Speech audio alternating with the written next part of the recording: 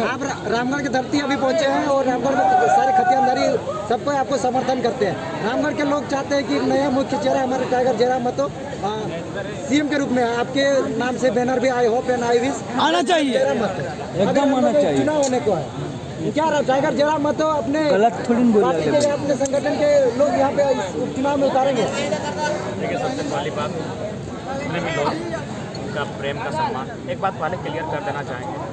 यदि क्योंकि आज के सभा के बाद हो सके बहुत सारे लोग ये प्रयास लगाएंगे उपचुनाव को मद्देनजर रखते हुए, तो उनको जानकारी हम देना चाहेंगे कि ये जो हमारा आज का शेड्यूल है ये लगभग 1.5 महीना पहले का शेड्यूल है। इसलिए इस बात को अगर कोई गलत ले रहे हैं अन्यथा में, तो उनसे चाहेंगे ये जो चित्तरपुर में प्रोग्राम बनने का, ये हमको लगता है 1.5 से 2 महीना पहले, यानी जो हमारी विधायिका जी हैं, विधायिका मैडम, हाँ, उनके थोड़े से पहले से मेरा यहाँ शेड्यूल है। इस तरह का कोई अन्यथा में ना ले।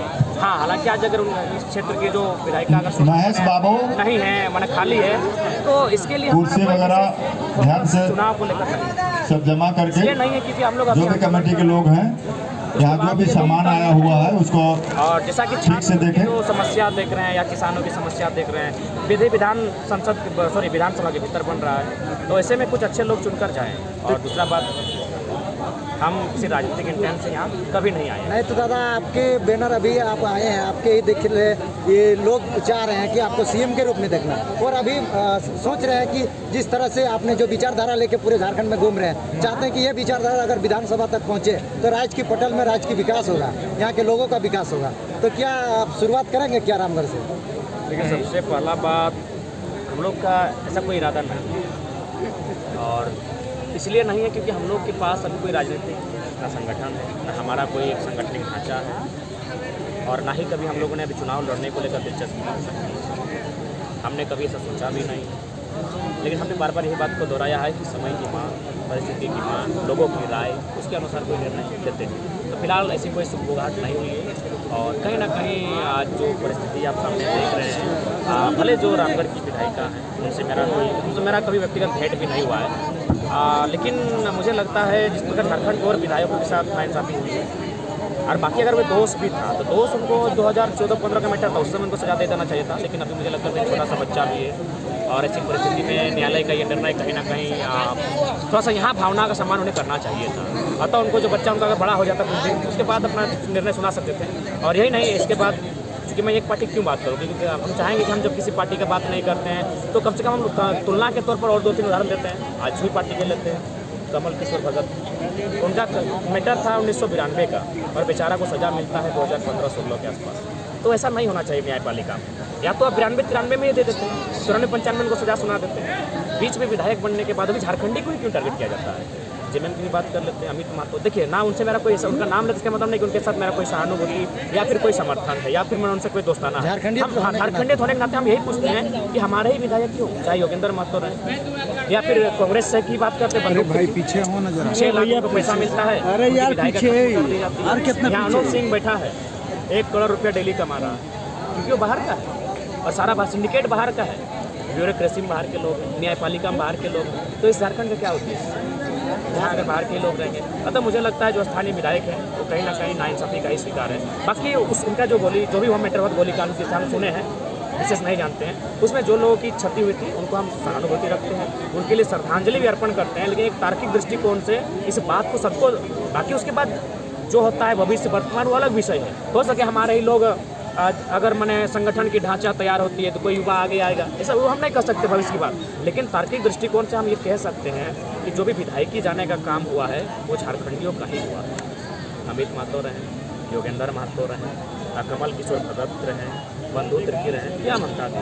तो कहीं ना कहीं मुझे लगता है झारखंडी लोगों को भी थोड़ा सा कभी कभी अपनी पार्टी की कट्टर भावना से उठकर थोड़ा सा झारखंडियत को सोचना चाहिए कि हमारे ही लोग कटघरे में थे। आजसू के विधायक गए, जेएमएम के विधायक गए, कांग्रेस के विधायक गए, बीजेपी के मुझे पता नहीं है, जानकारी नहीं है, 3 को पार्टी का विधायक गया है, 3 का झारखंडी है। गाज भी गिरा था तो जैसा भी इरफान अंसारी भले अच्छा है बुरा है मजाकिया अंदाज में बोलता है, लेकिन था झारखंडी, फंसाने का काम भी हुआ था तो इरफान अंसारी को अनूप सिंह बच गया, जबकि सारा मास्टरमाइंड अनूप सिंह है। तो बाहरी सिंडिकेट यहाँ ऐसा काम कर रहा है जिससे झारखंड के लोग समझ नहीं पा रहे। यहाँ विधायक को लोग खत्म कर दे रहे तो यहाँ मानसी है, तो मैंने विषय हम क्या करें। और फिलहाल जहाँ तक बात है रामगढ़ की जनता तय करेगी, रामगढ़ इनका है। तो भैया जो है एक युवा एक्ट्रेस जो है सुसाइड कर दिया, तो युवा सुसाइड क्यों कर रहे हैं, मतलब मजबूरी क्या है? देखिए, सबसे पहला बात जो यूथ अवस्था होती है उसमें थोड़ा सा होता है कि जीवन जीने की लालसा युवापन में ही होती है, और जीवन जीने की जो लालसा होती है उसके लिए कुछ भैया खोरठे में बोलते हैं। कुछ आवश्यकताएं होती हैं जिनकी पूर्ति की जानी चाहिए, और उसकी पूर्ति आर्थिक उन्नति से, आर्थिक सृजन से ही संभव हो पाता है। तो जब पढ़े लिखे युवा या फिर जो प्रतिभावान युवा है, अपने राज्य में उन्हें जब तिरस्कार मिलता है, अपने ही राज्य के साथ भेदभाव होता है और बाहरी लोगों को यहाँ स्थापित किया जाता है, तो ऐसी परिस्थिति में उनके साथ बहुत खराब दिखता है। दादा अभी एक उदाहरण दे लो तो उसके बाद आपका सवाल सुन लेंगे। 2 उदाहरण हमारे सामने आए जहाँ कोई झारखंडी बेटा अपने ज़मीन के बदले नौकरी करता था, लेकिन उसको निकाल कर यूपी के या बिहार के कैंडिडेट को लाके वहाँ भरा जा रहा है। इतना पूरा विश्व में ऐसा अन्याय नहीं हुआ कभी। तो इसलिए उस हताशा में, उस निराशा में लोग सुसाइड कर ले रहे हैं। इसलिए सरकार को चाहिए रोजगार के सृजन कम करा जाए। हम एक छोटा सा उदाहरण भी देते हैं कि रोजगार का सृजन कैसे हो सकता है। सबको गवर्नमेंट का जॉब आप नहीं दे सकते हैं, लेकिन झारखंड एक कृषि प्रधान राज्य है। हम लोग धान उगाते हैं, धान से हमारा जीवन चलता है, लेकिन हमारे डैम का पानी अगर खेतों तक और उससे अगर गेहूँ मिल जाए उसका मौसम, यहाँ पर्यटन को बढ़ावा दिया जा सकता है। सरायकेला फिर बोकारो, तो मैंने मेरा एक स्कूल मेरा पहले से है, तो ऐसा नहीं कि हर जगह हम जा पाए। हमने पूरा समर्थन किया, नैतिक समर्थन किया। मेरा जितना भी दोस्त लोग हैं रांची में रहता है, उदाहरण में विराट बाबू है, पप्पू है, बेरोजगार पुण्य सर है, रवि दा है, आपका संतोष दा है, जितने भी मेरे साथी हैं रांची रामगढ़ के, उनको मैंने बैकवर्ड किया कि आप जाए। और अच्छी बात है ना, हर जगह अगर नया नया नेतृत्व मिलेगा, हर जगह अगर नए नए लड़के आगे आकर लीडिंग करेंगे, ये खुशी की बात है। हर जगह जरा मेरा योगदान, हाँ, जो मेरी औकात है, जो मेरी क्षमता है, उस अनुसार मैंने जो किया था। आपसे बाद हम मोदी साहब को फोन किए कि जाइए, आप अगर घर में हैं तो आप पहुँचिए। गए थे। एक सवाल है आपसे। गिरिडीह में आपके लोग, आपको जो भाषाई आंदोलन चालू हुआ था वहाँ पे डुमरी में और बगोदर में लाखों की संख्या में पहुँचे थे, पूरे झारखंड हिल गया था।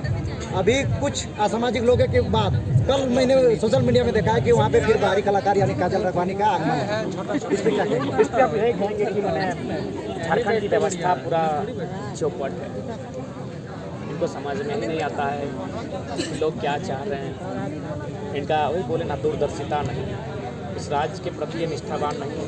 तो जब ये लोग निष्ठावान नहीं हैं तो जनता को निष्ठावान लोगों को वहाँ चुनकर भेजना होगा और उन्हें बाहर करना होगा। बस यही आपको मैंने सीले में क्वेश्चन किया था, आप इतने कंपनियों के थ्रू जो बागडोर संभाल चुके हैं नेतागण, उनके ज़मीन में पहुंचकर उन्हीं को विरोध में इतना दाड़े थे। फिर आप हमारे राज्य के और देश के जो मुख्यमंत्री है, प्रधानमंत्री है, उनको आप देख रहा हूँ मैं, गोंदलपुरा हो चाहे और भी जगह पे काफ़ी बेबाकी से आप उनके ऊपर में बड़ी बड़ी टिप्पणियाँ कर रहे हैं।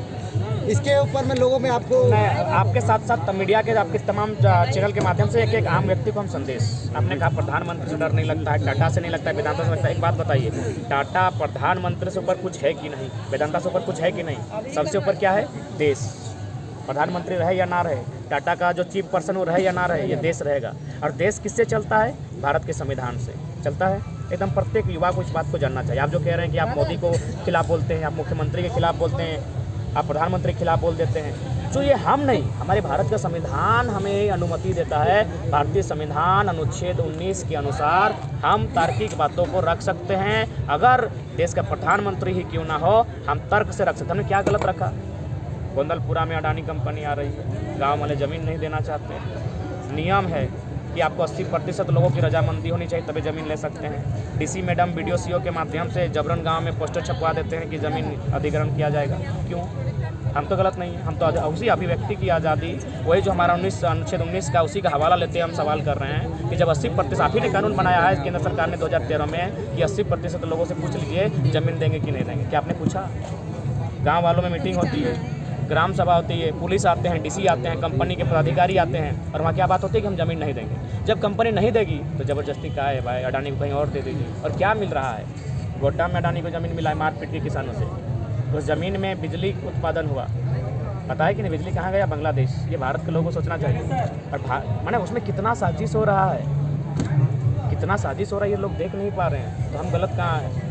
हम तो संविधान के अनुच्छेदों का ही हवाला देते हुए बात को रख रहे हैं। अगर आप गलत हैं तो सुनना होगा। अडानी कौन? अडानी से देश नहीं है, अडानी कंट्री तो नहीं है। तो फिर उसके लिए पूरा प्रशासनिक तंत्र क्यों काम कर रहा है? डीसी धमका रहा है, वीडियो धमका रहा है। अरे भाई आप एक अच्छे बिजनेसमैन, अच्छी बात है, लेकिन इसका मतलब है किसी को मार के बिजनेस कीजिएगा। कितने कितने गांव बर्बाद होंगे आने वाले दिन, झारखंड पता है?